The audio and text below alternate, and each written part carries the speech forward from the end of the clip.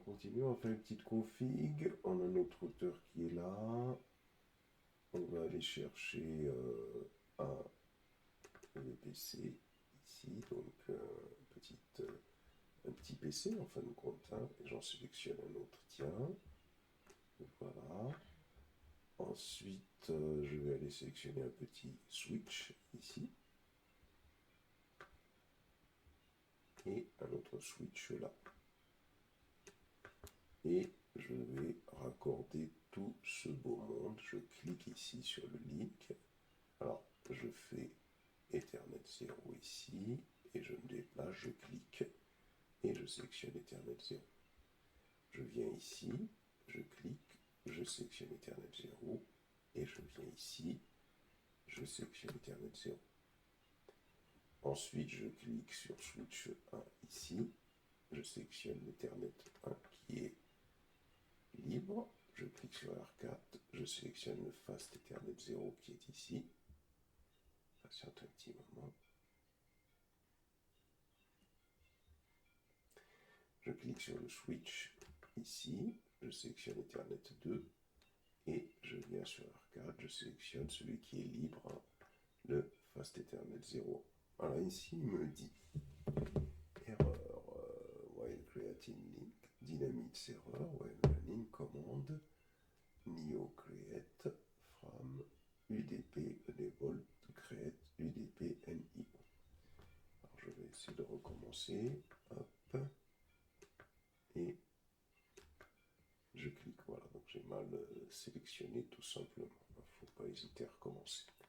Quand vous avez fini, vous cliquez sur la petite croix qui est ici. Donc là j'ai mon petit routeur, je vais faire mon plan d'adressage, je vais mettre une adresse IP ici. Ça, le routeur, c'est comme un ordinateur, hein, avec 2 cartes réseau, hein, c'est tout ce que ça veut dire, hein. Donc je vais mettre une adresse IP ici, je vais mettre une adresse IP ici, et une adresse IP ici. On a vu un peu les adresses IP hier. Donc d'abord, je vais cliquer sur ce symbole qui est ici, celui-là. Ça va me permettre d'afficher les interfaces. Interface 0, interface 0, interface 1, interface F0, 0, interface F01, interface E0, interface E0. Ensuite, je vais mettre les adresses IP. Je clique sur Annotate, je clique ici, et là je vais mettre 192.168.1.2/24. Et je clique n'importe où, hein, pour désactiver le... Voilà. Je vais faire la même chose encore, Annotate, Adnote, et je vais mettre une adresse IP du côté du routeur ici, 192.168.1.1/24. Je clique n'importe où, et je peux cliquer ici pour déplacer mon étiquette. Je vais faire la même chose de ce côté-là. Alors par contre, on constate que cette interface doit être dans le même réseau que ce PC-là. C'est 192.168.1.2, 192.168.1.1. Et je vais faire la même chose ici. Je vais faire un Annotate, Adnote, hop. Je vais faire un 192.168.2.1/24. Je clique n'importe où. Annotate, Adnote. Et ici, je clique 192.168.2.2/24. On va recommencer. Il faut double-cliquer dessus au cas où vous êtes trompé. 24/2/24. Voilà. Donc ça, c'est mon plan d'adressage. Et maintenant, je vais passer réellement à la configuration. Ici, celui-là. Pour le configurer, je fais bouton droit sur le PC 1, je fais configure, je ferme, c'est pas là, je recommence bouton droit, je fais edit config, et ici, je vais retirer le commentaire, et je vais mettre l'adresse IP 1.2, et ici, j'enlève, c'est 255.255.255.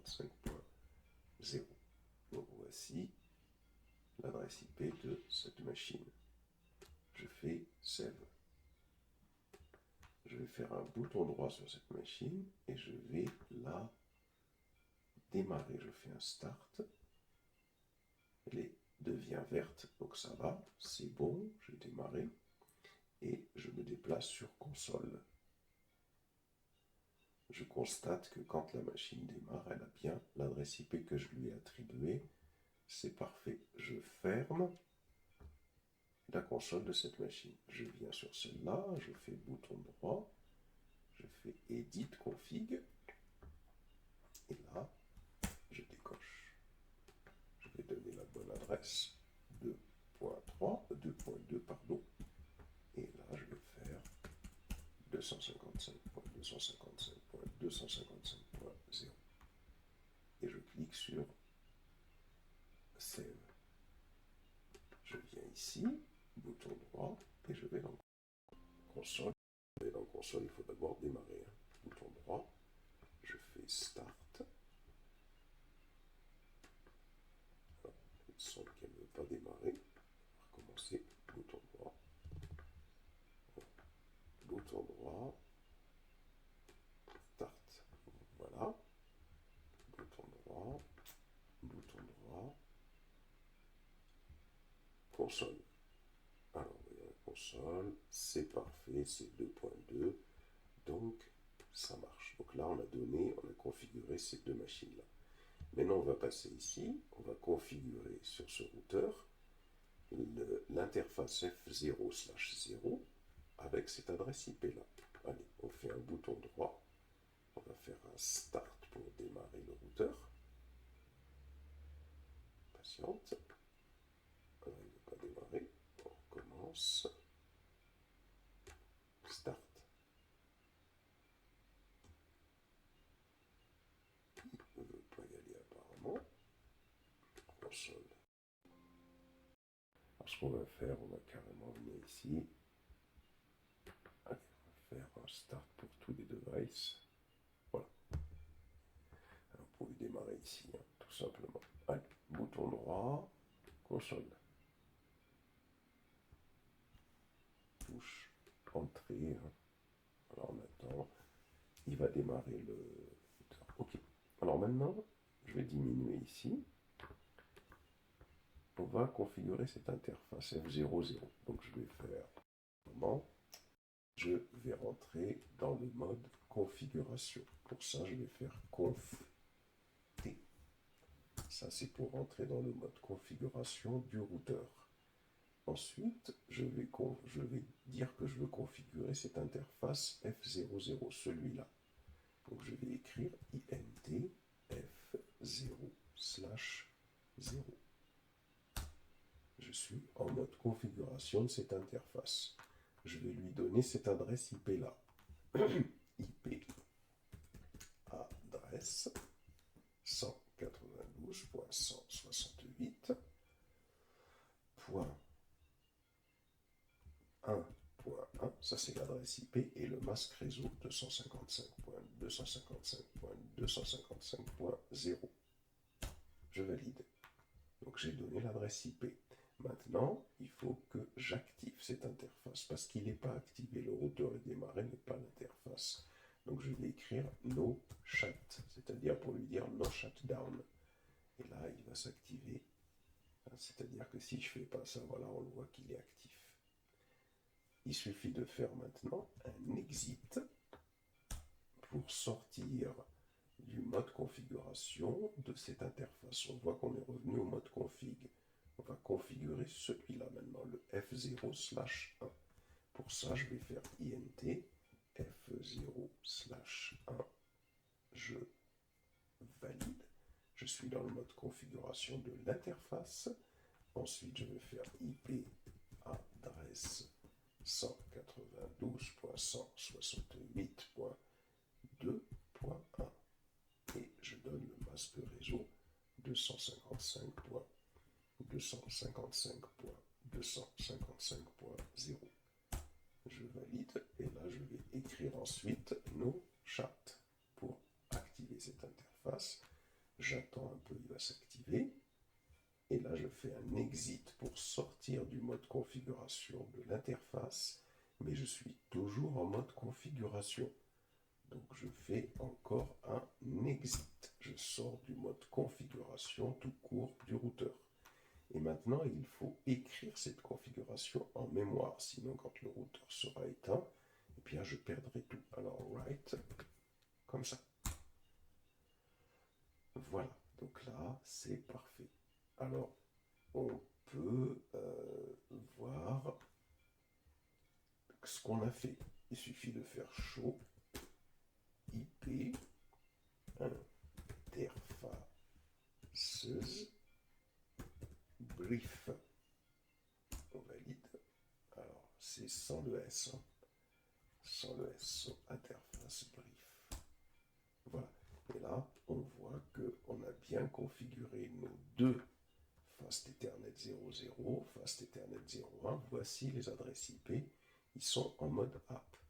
Notre problématique maintenant, c'est de nous assurer qu'à partir de ce routeur, on ping bien ce PC. Voyons.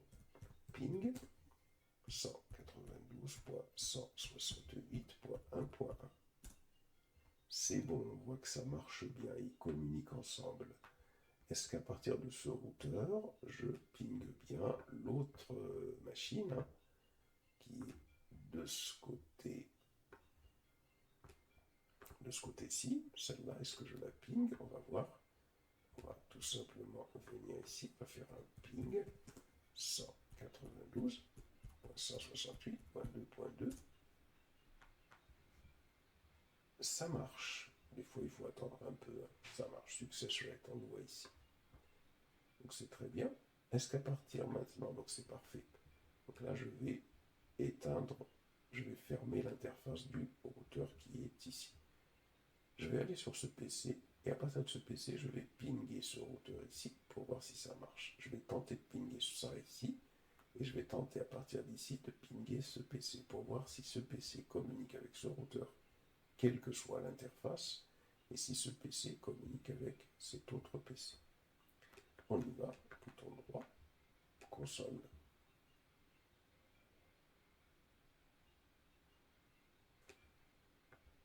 Sur le PC 1, voilà, donc je suis sur le PC 1 qui est ici. Alors sur ce PC 1, je vais déjà pinguer le PC lui-même, c'est-à-dire je vais pinguer cette adresse-là, pour voir si déjà il est bien configuré. Ping 192.168.1.2, ça marche. À partir de ce PC, je vais tenter de pinguer cette adresse 192.168.1.1. On y va. Ping 192.168.1.1. Ça marche. CTRL C ou alors on attend. Voilà. Je vais tenter à partir toujours de ce PC, celui-là, je vais tenter de pinguer cette adresse. On y va. Ping 192.168.2.1.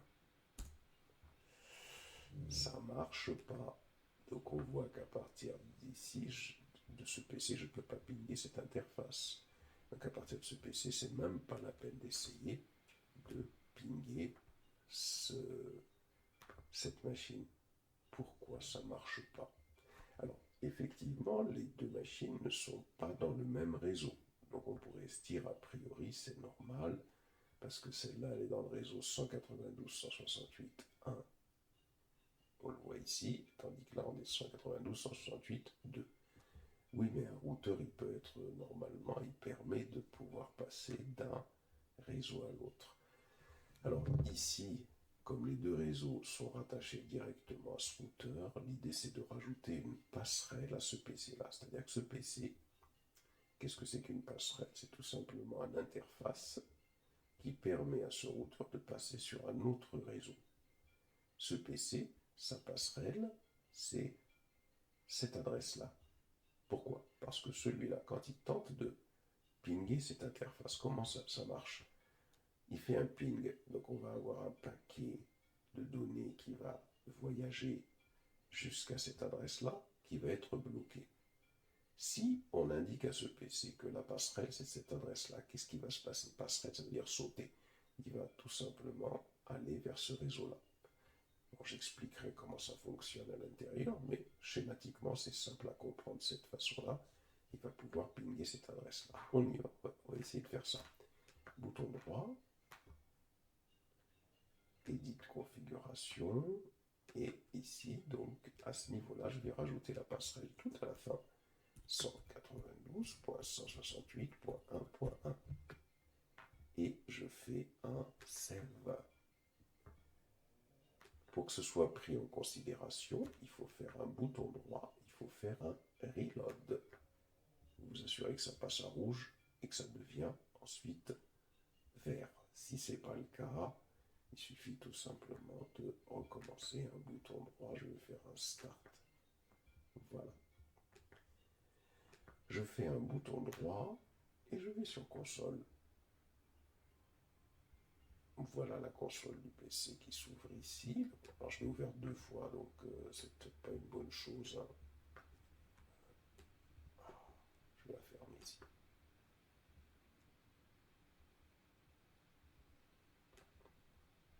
Je vais fermer toute cette console et je recommence. Bouton droit, console.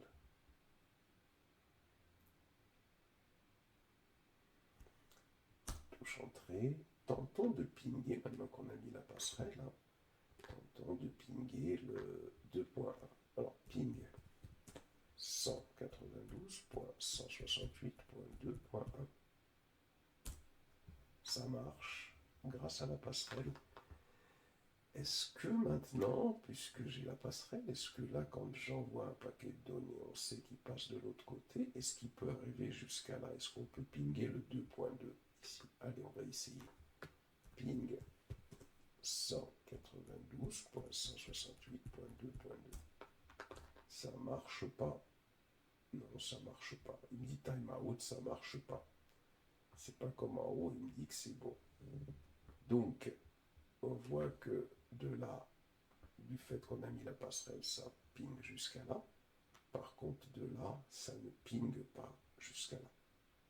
Donc, quelle est la raison pour laquelle? C'est tout simplement parce que quand le paquet de données est envoyé vers cette machine-là, qu'est-ce qui va se passer? Il voyage, il a la passerelle, il saute. Il continue, il arrive ici, mais celui-là doit lui répondre. Il lui envoie un paquet de données qui ne peut pas passer ici parce qu'on n'a pas donné la passerelle à celui-là. Donc on va faire un bouton droit ici, on va faire un edit config, et là, on va mettre la passerelle 192.168, pardon. On va mettre la passerelle 192.168.2.1, pardon, puisque la passerelle pour cette machine-là, c'est celle-là, attention. Hein. Donc, on fait un save, bouton droit pour que ce soit pris en considération, un reload. Voilà, ça devient vert, c'est bon.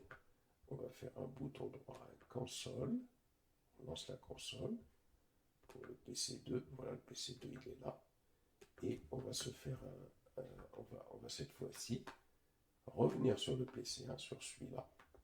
Et on va tenter de pinguer le 2.2. Ping 192.168.2.2. Alors, est-ce que ça marche? Voilà, faut attendre un peu des fois.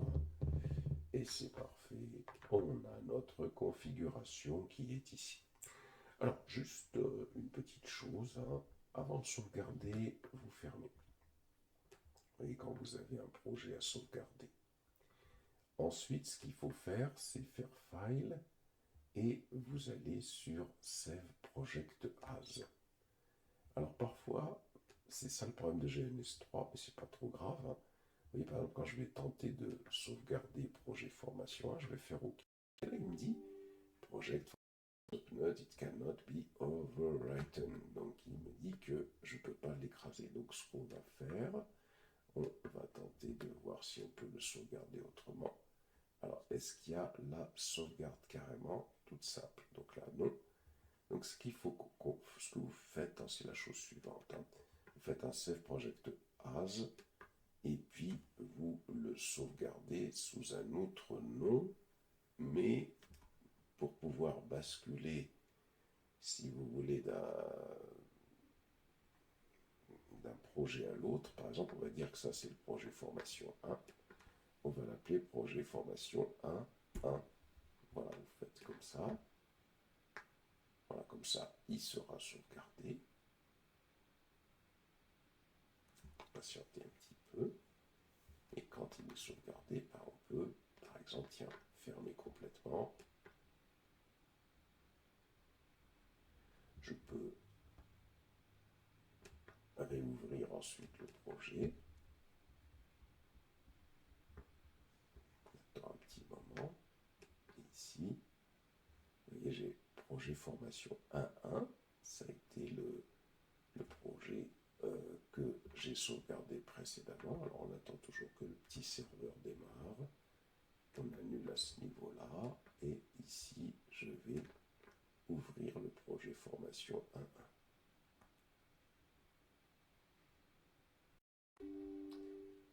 Un petit moment.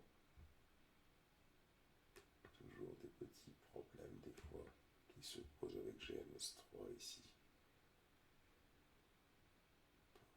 Des projets, des problèmes. Là, alors je vais essayer de fermer encore une fois. Et on va réouvrir.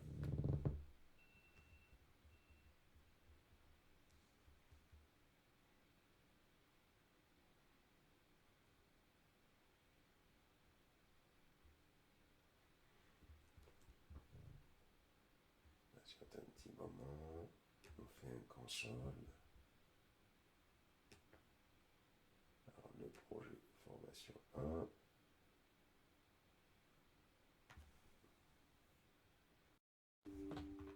Alors il me dit when running command and you create UTP enable to create NIO.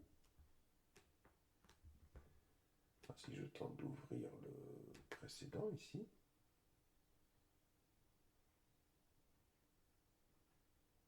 Non, il me pose un problème. Alors quand on a cette erreur, ça veut dire que le port 10.010-10.011 qui est nécessaire pour ouvrir le projet est occupé. Donc on fait un OK. On va sur Edit. On va sur Préférences, si vous avez cette erreur. Si vous ne l'avez pas, vous continuez. Et là, on clique sur Serveur. Et ici, dans UDP Tunneling, on va tenter de commencer à partir de 11 000. On fait Apply. On fait OK. Et on va tenter de réouvrir notre projet formation ici.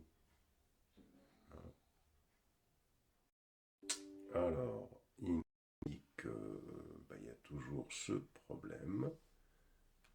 Ici, je vais fermer puisque je viens de faire la modif. Et on relance ici. Voilà. On relance, on attend que le serveur démarre. Et là, on va tenter de réouvrir ce projet.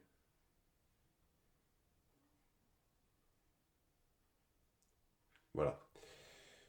Donc c'est des petites choses à savoir en fonction du projet. Des fois, le port peut être occupé, sinon il faut redémarrer la machine, mais on peut faire cette manipulation.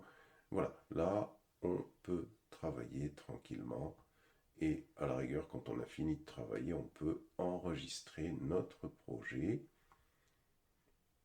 On peut basculer d'un nom de projet à l'autre. Par exemple, là, on est en train de travailler sur le projet formation 11. Si on ne peut pas l'enregistrer sur le projet formation 11, eh bien on pourra l'enregistrer sur le projet formation 1. Et là, on peut redémarrer, bien sûr, notre infrastructure sur laquelle on avait travaillé précédemment. On attend qu'elle démarre.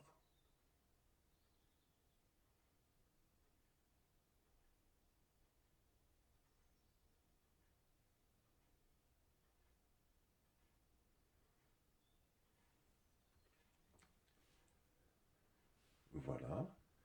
Et là, on peut bien vérifier que tout a été bien sauvegardé, hein. Si on va sur console, on va faire un ping 192.168.2.2 pour voir si la config, c'est-à-dire voilà, donc c'est bon, ça marche, hein. C'est-à-dire qu'à partir d'ici, on ping bien le PC qui est tout au bout, ici, celui-là, et donc tout ce qu'on avait fait a bien été conservé. Quand on veut sauvegarder ce fichier, il suffit de faire ça, faire yes, on arrête, hein, c'est-à-dire on arrête absolument tout, hein, c'est-à-dire on clique ici pour tout stopper, voilà, donc tout est stoppé, hein, sauf les switches, c'est normal, et comme on a dit, hein, c'est-à-dire que si on tente de sauvegarder sur le même nom de fichier, ici, par exemple sur projet, je vous dis qu'on ne peut pas parce que ça va, il n'accepte pas qu'on le sauvegarde sous le même nom. Ben, qu'est-ce qu'on fait? On le re-sauvegarde, mais sous le nom qu'on avait créé au début, projet formation 1. Donc on va faire un save project A, projet formation 1. Donc ça vous permet de basculer de manière alternative d'un fichier à l'autre. Voilà, sur projet formation 1, il devrait accepter. Voilà. Voilà, donc il a bien accepté. On patiente un petit moment. Voilà, donc là, il l'a sauvegardé. Vous fermez.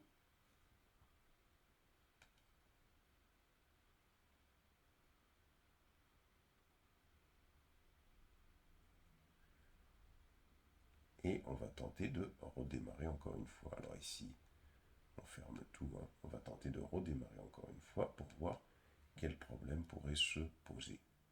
Voilà, on a redémarré notre GNS3. On attend un petit moment, le temps des fois que le serveur démarre. Voilà, donc on attend un petit moment, le temps que le serveur démarre.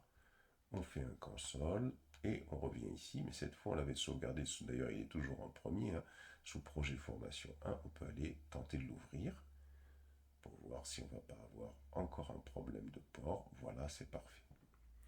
Voilà donc déjà les bases, hein, pour pouvoir travailler tranquillement avec notre GNS3. Et vous allez pouvoir attaquer le grand exercice.